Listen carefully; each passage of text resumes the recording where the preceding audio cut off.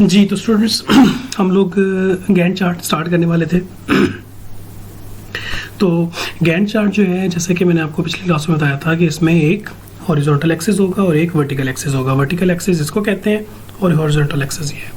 Vertical axis जो है उसमें हम लोग देखते हैं एक्टिविटीज़। ये जो हमारा वर्टिकल एक्सिस है इसमें एक्टिविटीज़ लिखी हुई हैं और ये जो हॉरिजॉन्टल एक्सिस है इसमें हम लोगों ने टाइम लिखा हुआ है। टाइम जो होगा वो हम लोग डेज के हवाले से भी लिख सकते हैं, यहाँ पे day 1, day 2, day 3, day 4, day 5। Weeks के हवाले से भी लिख सकते हैं कि first week, second week, third week, और उसके अलावा हम लोग मंथ्स के पॉइंट ऑफ व्यू से भी हम लोग उसको लिख सकते हैं। यहाँ पे जो टाइम मेंशन हुआ है वो मंथ्स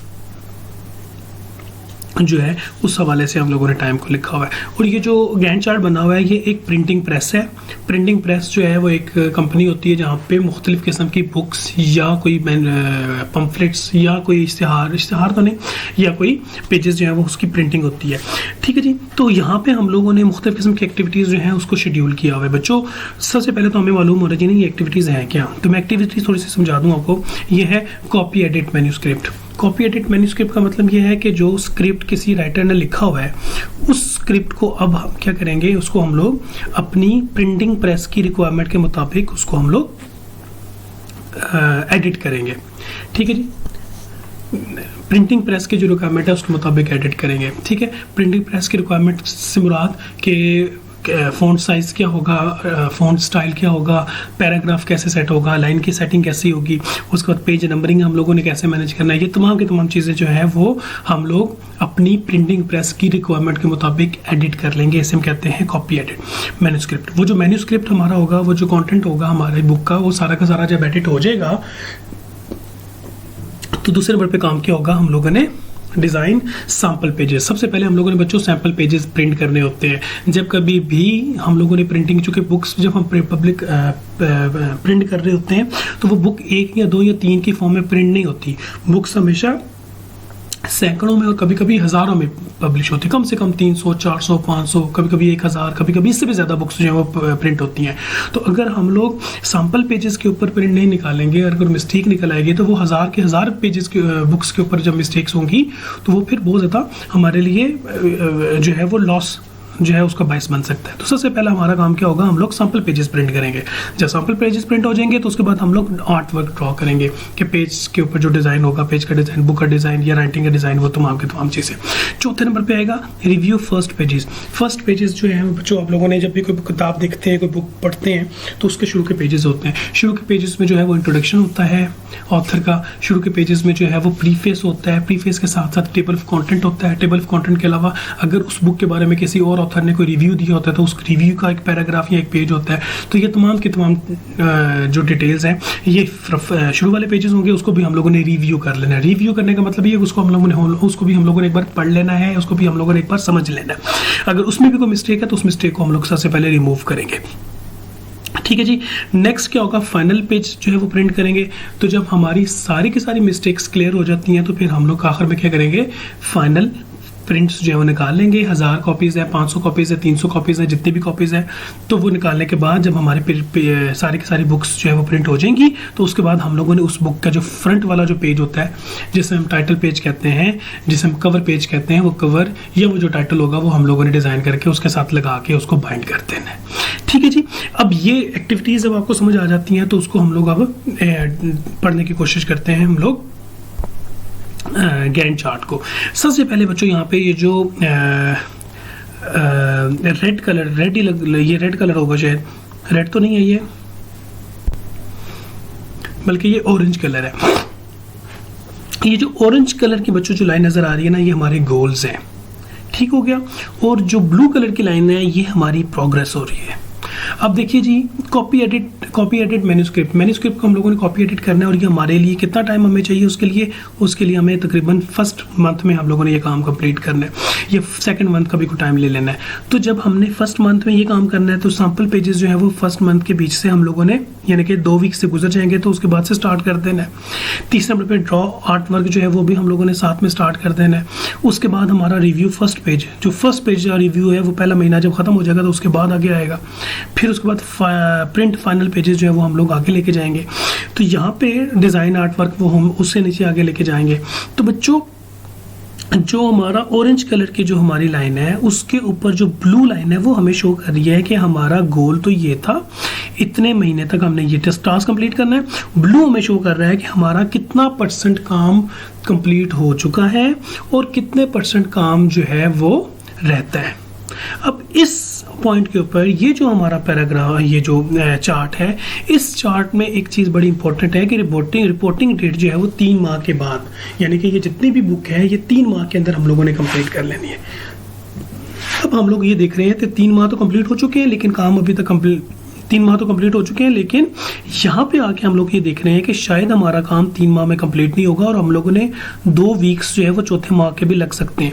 इसका मतलब ये हुआ कि जब हम लोग गैंट चार्ट बनाएंगे, एक्टिविटीज़ को डिसाइड करके उनका टाइम डिसाइड करेंगे, उसके बाद जब हम परफॉर्मेंस को इवेल्यूएट करेंगे इस पोजीशन पे या इस पोजीशन पे या 2 माह के बाद हम लोग सारे की सारी एक्टिविटीज़ को रिव्यू कर लेंगे।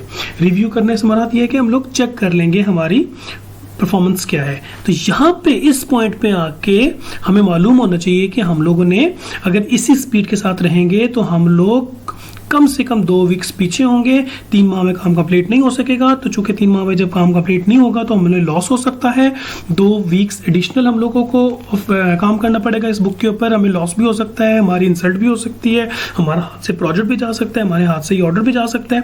तो हम लोग 2 काम करेंगे, या तो हमें 2 वीक्स एक्स्ट्रा देने पड़ेंगे इसी स्पीड के साथ, या इस पॉइंट के पे हम लोगों ने एक डिसीजन लेना है जिसे हम लोग कहते हैं रिफॉर्म्ड डिसीजन।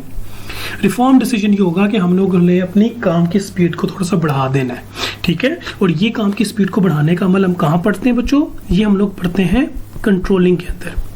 कंट्रोलिंग में क्या होता है कि हम लोग परफॉर्मेंस को रिव्यू करते हैं और परफॉर्मेंस को रिव्यू करने के बाद हम लोग कोशिश ये करते हैं कि जहां कहीं पे भी डेफिशिएंसी होती है परफॉर्मेंस की उसको हम लोग रिफॉर्म उसके अंदर लेके आने की कोशिश करते हैं, उसको करेक्ट करने की कोशिश करते हैं। समझ आ गई? तो अब हम लोग क्या करेंगे, 2 महीने के बाद परफॉर्मेंस को रिव्यू करेंगे और हमारे पास ऑप्शन ये होगा कि अगर हम इसी तरीके से रहेंगे तो हम लोगों को लॉस हो सकता है, 2 एडिशनल वीक हमें काम करना पड़ेगा और काम कंप्लीट नहीं होगा। हालांकि 3 माह में काम कंप्लीट होना चाहिए, तो ये चौथा मंथ में भी जाके चौथे मंथ के भी 2 वीक्स ले लेगा। या यहीं पे हम लोग अपने टाइम की स्पीड को फिर बेहतर करेंगे, एफिशिएंट बनने की कोशिश करेंगे। जब एफिशिएंट बन जाएंगे और जहां पे थोड़ी बहुत डेफिशिएंसीज है उसको कवर करेंगे तो हम अपना काम जो है वो 3 माह के अंदर अंदर कंप्लीट कर सकेंगे। तो गैंट चार्ट हम लोगों को क्या हेल्प करता है कि जैसे जैसे हम लोगों ने एक्टिविटीज बना ली और उसके बाद हम परफॉर्मेंस जैसे जैसे परफॉर्म करते जाएंगे और हम लोग इस ऑरेंज लाइन के साथ ब्लू लाइन ड्रॉ करते रहेंगे कि ये काम हो गया, ये भी काम हो गया, ये भी काम हो गया।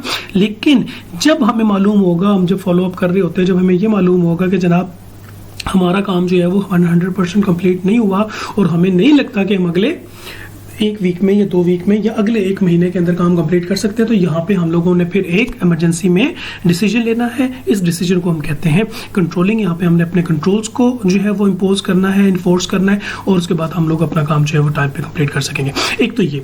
दूसरे नंबर पे बच्चों एक और गैंट चार्ट जो है वो मेरे पास मौजूद है, इससे हटके है थोड़ा सा आपको समझाने के लिए कि ये जो गैंट चार्ट्स होते हैं ये हम लोग एक्सेल पे भी बना सकते हैं। तो ये एक्सेल की शीट बच्चों ये आप लोगों के सामने है। मैं इसका साइज थोड़ा सा छोटा करता हूं ताकि आप लोगों को सही तरीके से इसकी समझ आ जाए।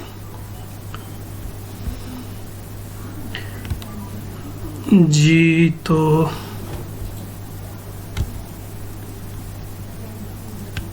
जी स्टूडेंट्स,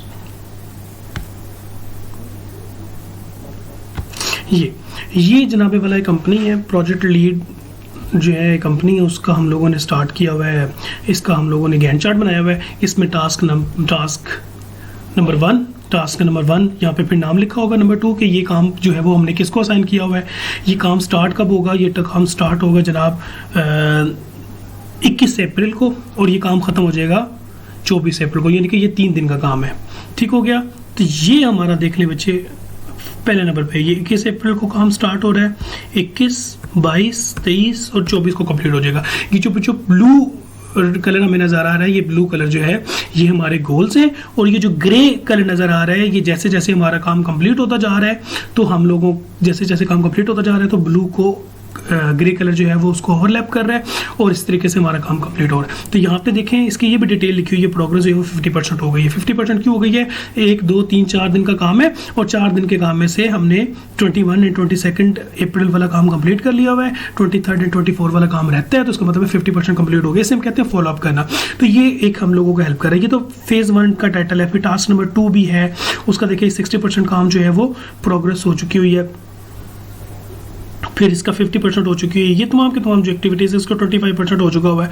तो बच्चों ये जो टास्क्स हैं ये हम लोगों ने मैनेज कर लिए, साथ में हमने यहाँ पे डेज रख लिए। पीछे जो हम लोग एग्जाम्पल ली थी उसमें सिर्फ मंथ्स थे, यहाँ पे बच्चों पूरे के पूरे वीक्स और वीक्स के साथ साथ एक एक दिन का जो टास्क है वो मेंशन्ड है।